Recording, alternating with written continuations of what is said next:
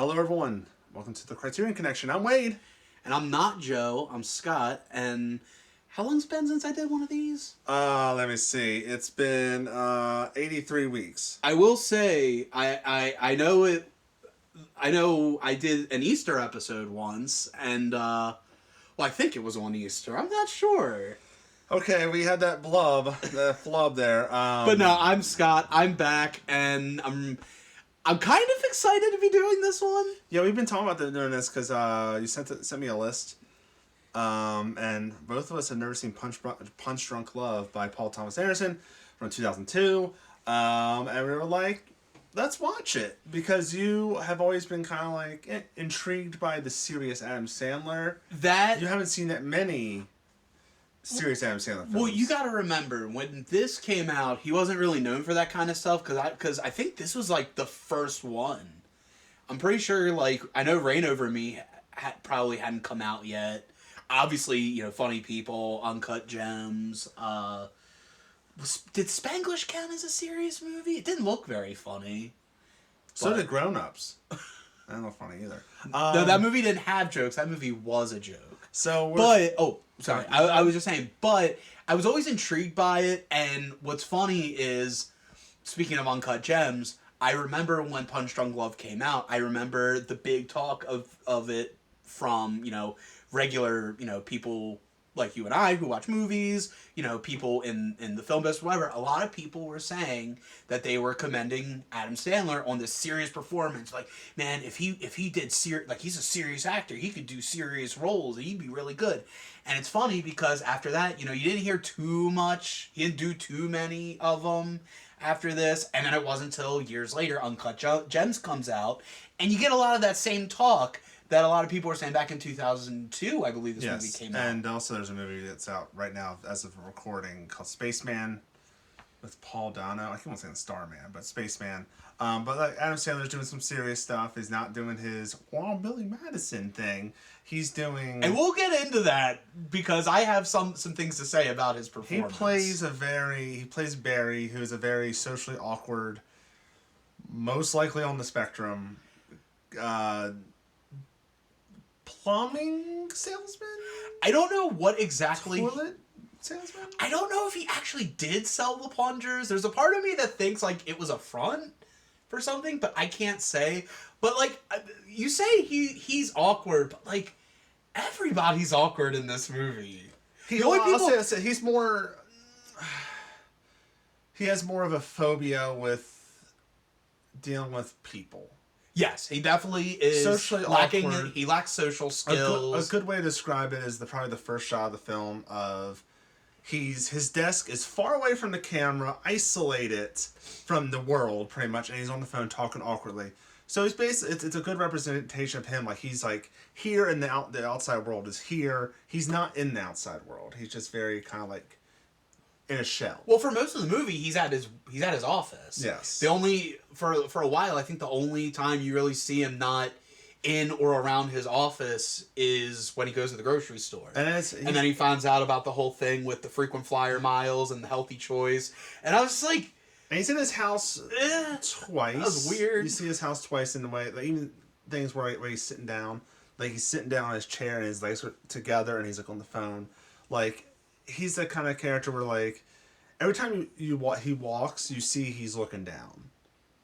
But throughout the movie, he gradually is not looking down as much. The more he gets confidence in himself. And his world is kind of, like, thrust into this phone sex hoax kind of scam.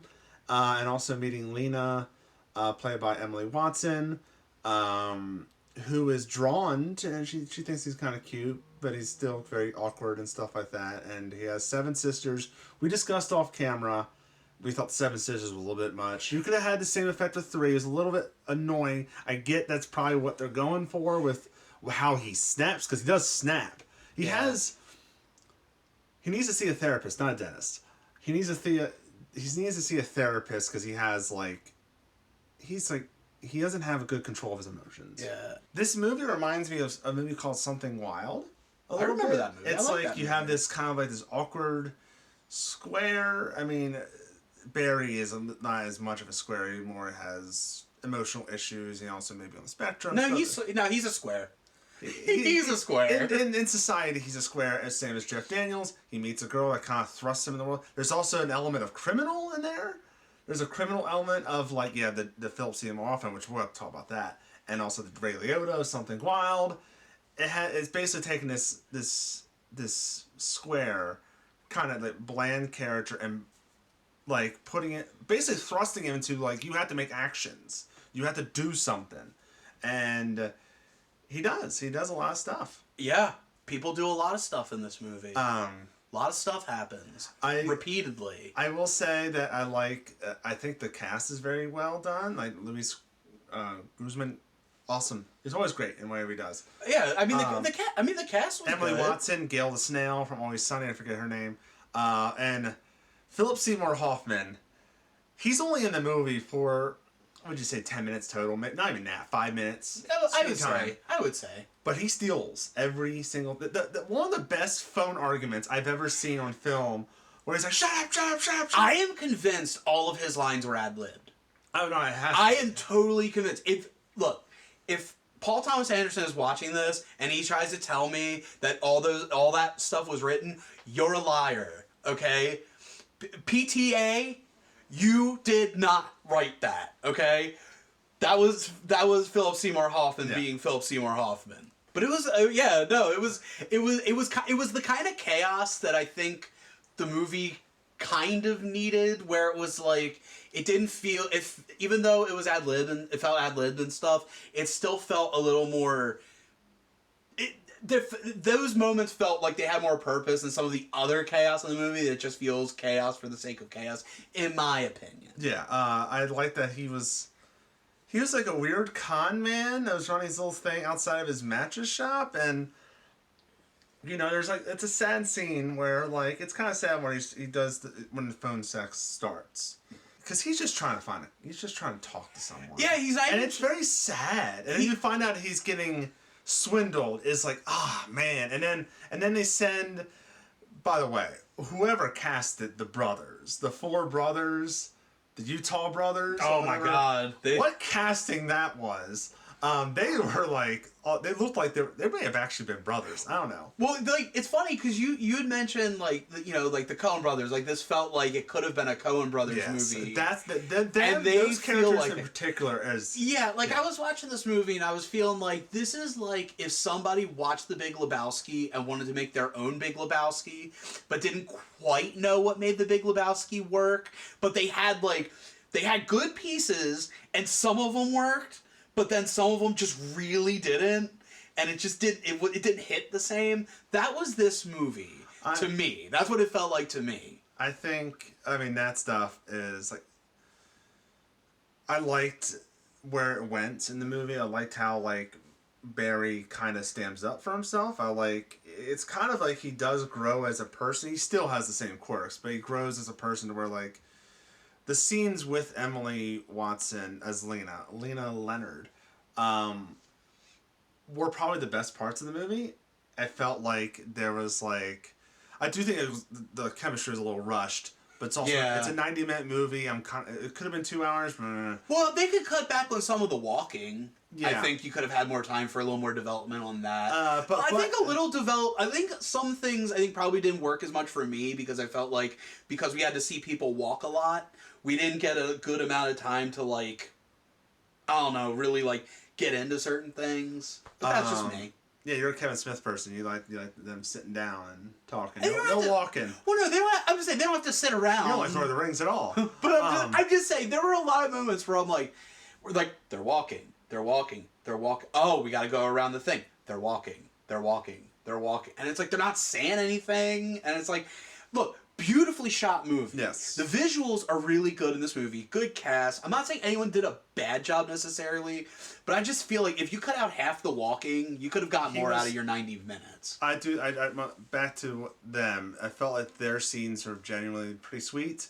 One of my favorite things in the movie is when he says, like, when they enter their date, he says bye bye, and he's walking, bye bye, you're stupid, And then he gets a phone call from the front desk. I really wanted a kiss. And he forgot what room number she was in, and he was running across the whole That was thing. fun. That was And then he fun. finally reaches in and they kiss. I thought that was a very sweet comedic movie. And that's kind of what I thought this movie was going to be when I walked into it. So did I. And it's not. I thought. Here's the thing. And the only other Paul Thomas Anderson movie I've seen is Boogie Nights. I've seen Licorice Pizza, and I don't like it. I saw that as like 17, 18, and I didn't like that movie. And so I don't know what his other movies are like. So I don't know if he is like tries to go that more arty farty route, or if he tries to like, or if he tries to make like slightly artsy regular movies.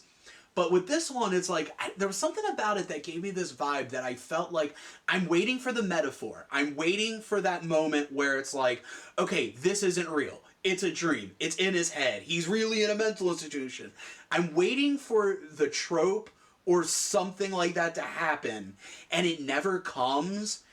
And so, like, I kind of maybe because I watched this movie with my guard up.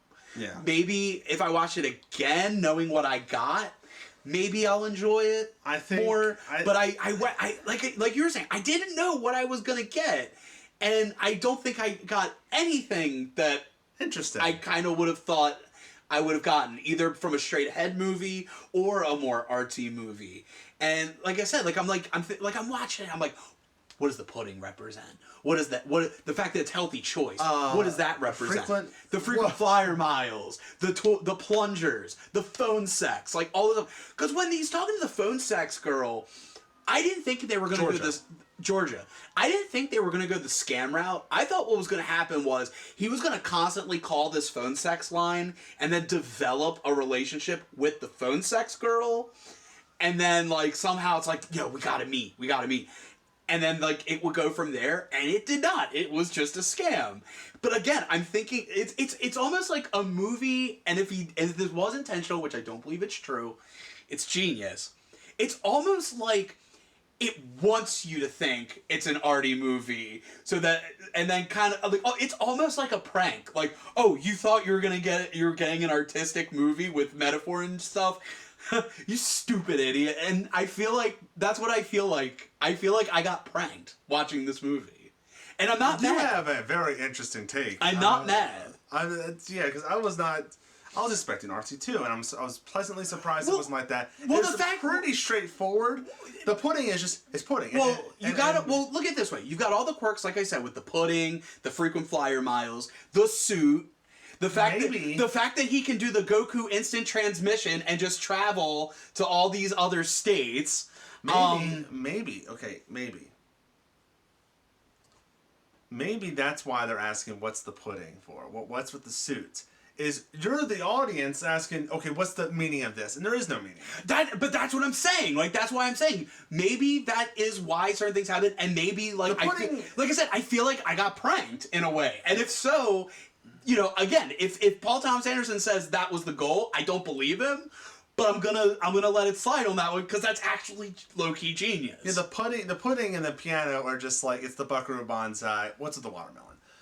It's just like kind of like they're walking in. It's like what's with the pudding, whatever. Hey, and he's just like trying to avoid the question because he knows it's a scam. But it's such a weird scam that doesn't really benefit. It's like you could spend $3,000 never have to fly again, but you don't fly anyway. And it takes 6 to 8 weeks. But I think it's because that's why, like, he may be on the spectrum. It's kind of like the numbers, the adding up the numbers, and the transition things with the color kind of made me think, like, oh, maybe they're doing something here. The fact that the guy works at a mattress store, like... he's just a sleazy dude. No, exactly. But when I'm watching this first time, like I said, I had my guard up because I'm like, oh, this is an artsy movie. So I'm thinking about all these things going to happen. And it's like, maybe I was too artsy. I went in too artsy for this movie. Yeah. Maybe it's my fault. Yeah. But that being said... Now, if you walked into a Paul W.S. Anderson film, yes, you would have a different experience. Maybe I'm confusing them and not realizing it. Oh, trust me, Paul W.S. Anderson is not artsy. Yeah, but I don't think I've seen Mortal Kombat. Wait, he did that? Yes. With the new one? No. He did the old one? Yes. So I have seen one of his movies. Yes. Interesting. But I think if I can steal one of your jokes, Wade, when it comes to quality, the proof is in the pudding. But real quick before we get into our recommend whatever, I did want to talk about that Adam Sandler performance because, like I said, when this came out, that was a big deal. When Uncut Gems came out, now I've never seen Uncut Gems, but a lot of people said the same thing. He's better than Uncut Gems. That like he did a really great performance. He if he focused on serious acting, he'd be really good. He could win an Oscar, and I remember people saying that back in the day for Punch Drunk Love. And I, like I said, didn't see Uncut Gems, but I don't know what they're talking about with this one. Not that he did a bad job, it's just as someone who's seen his fair share of Adam Sandler movies, other than some crying, I did, and a lack of that voice, I didn't see much different than what a normal Adam Sandler performance is. I'll tell you what the difference is. He doesn't have confidence. Billy Madison has confidence. Well, Pitt doesn't really have confidence from Airheads.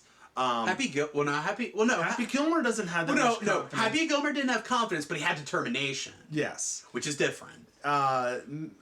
Big Daddy, I mean, he's kind of a... the water boy. The water boy, okay, but the water boy is kind of goofy in a comedic sense. Like, he's just, like, got a weird little accent, and he's kind of goofy with what he says, because, 50 First Dates. I've never seen 50 First Dates. You never saw 50 First Dates? Anyway, but I think it's more like... Put in the comments that we should see 50 First Dates. Basically, his character has zero confidence in himself, and I think it's more of, like, he's more of like a shell, like, introverted character instead of an extroverted character. And I think that's... And also the range of emotions he has. I mean, he's angry as whatever, because he gets angry. Shut up! He does that. I think it's just showing... I think more back in 2002 is more of... He's showing a different range than he usually does. I think that's what they mean by... He has grown as an actor since then. Yeah. But I think it was a big shell... It's kind of like how Jim Carrey does something like Eternal Sunshine. Now, Jim Carrey's different, because Jim Carrey's comedy is much more extreme. Yes. But what I'm saying is he's doing something different, and it's like, Michael Keaton's Batman, but he's Mr. Mom. I think it's more of like. I think what you're saying is it's with the exception of like removing certain things that he does. It's not so much it's just seeing his performance in a different setting than what we're used to. Maybe makes those things that we see in other movies shine a little brighter than they would in a Happy Gilmore or a Billy Madison. He might be doing the same some of the same things that he does in those movies, but when you do them in a certain light, in a certain setting, it kind of changes the meaning. A good example, I would say, is a good scene is the scene where he confronts Philip Seymour Hoffman, not Paul Thomas Anderson. Hey, maybe he did confront him, and that's how we got the scene.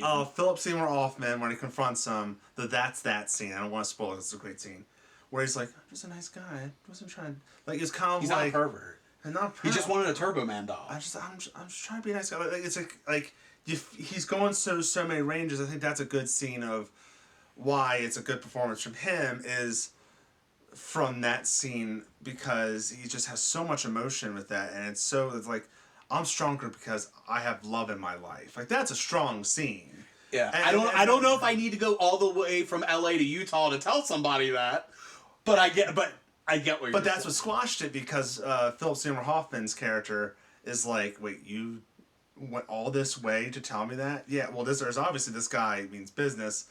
That he's going to drive this far or fly this far to mess with me. Oh, okay, that's that. Do you notice he never got his money back?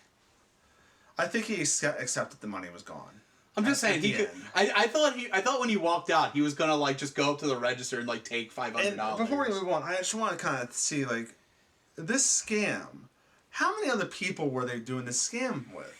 I don't think any. I think that's why they stuck with him so much, because there's only one night. So. He was the only one. But I'm saying I think he's the only one that fell for it, because he was the only one dumb enough to call it. It's true. Like, who's calling a phone sex line in 2002? And also from the newspaper. Don't answer that. Anyway, so I guess the question is, this is probably the biggest question. I'm very curious. Would you recommend this to the general audience? No. Okay. I would not recommend this to the general audience. I think that if you're a movie person, yes, watch it. If you are someone who, and I'm not saying if you're an Adam Sandler fan, but if you're just someone who just likes, like straight ahead movies, I don't think this is necessarily going to be the movie for you. Like I said, there's a couple spots where, like, if you're not used to, like, movies like that, it might feel a little disjointed. It might be a little infuriating or irritating. Certain things just might not make sense to the general audience. And I understand. You might even go into it like me. You have your guard up thinking it's going to be one thing and you're going to get something completely different and you don't know how to feel. I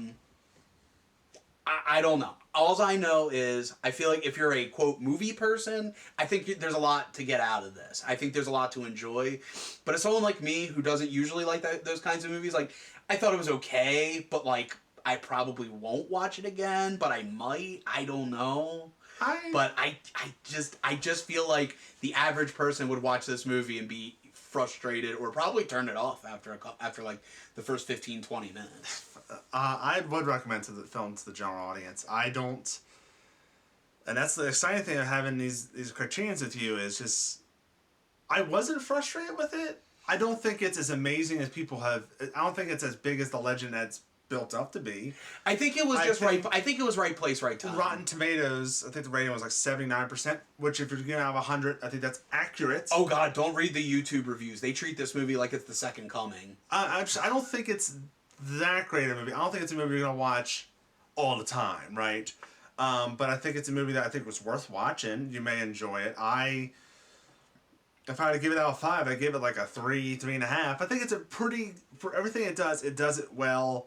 I think they could have toned it down. Some things I could think they could have explored. Other things I really wanted more of him and Lena. I would have really loved that more than the stuff at his job. But you know, it's a movie. I'll say this: movie. It's not a dense movie to where you have to. There's a lot to absorb and a lot of stuff you have to kind of like look into. That's the thing. There's nothing to absorb. If I'm being honest, because it's like where does he work? Because it's like where does he work? Who knows? What does he do? Who knows? Why healthy choice? Who knows? I think you're looking into the healthy choice thing too much. They've made it a point. I think they chose healthy choice because they couldn't get like Jell-O. I'm just saying there are a lot of things in this movie. But what if he got snack packs as a Billy Madison reference? See, that's what I'm saying. If this was he wanted an Adam Sandler verse movie, and this was not it. That is not what I wanted. I assure you that. But no, I'm just saying, like, I just feel like there's certain things that like the average person would watch and be not just be confused, but like, no. Tell me about that. No. We're not blowing past it. Tell me about it. You know? So I mean, I'm just saying. But then again, you're more of a quote unquote movie person, and I'm not. So. In other words, I speak more for the other people, and you're a sellout. Okay, I'm selling out for a 2002 movie. We're gonna watch Uncut Gems. We are. And I snapped over something. We are. Once Wade revealed to me that Uncut Gems was on Criterion, I said I raised my hand and said I'll do Uncut Gems. I'm real interested in this one. I am because you also did Daddy Longlegs, which we both hated. Yeah, this one's gonna be interesting. It's the Daddy Longlegs people, and I hated that movie. And then it's Adam Sandler being serious, and the only serious Adam Sandler movie I ever watched was this. So this is gonna be fun. We'll do that soon. That's our thoughts on Punch Drunk Love. Let us know in the comments below. Which one of us do you believe? Which one do you side with? I don't need anybody to agree with me. I just want someone to tell me I'm valid. Well, do in the comment section. Be sure to like, subscribe, and share. That's it. Follow us on Instagram, Condish Productions. So until next time, I'm Wade. And I'm Scott. And we'll see you later.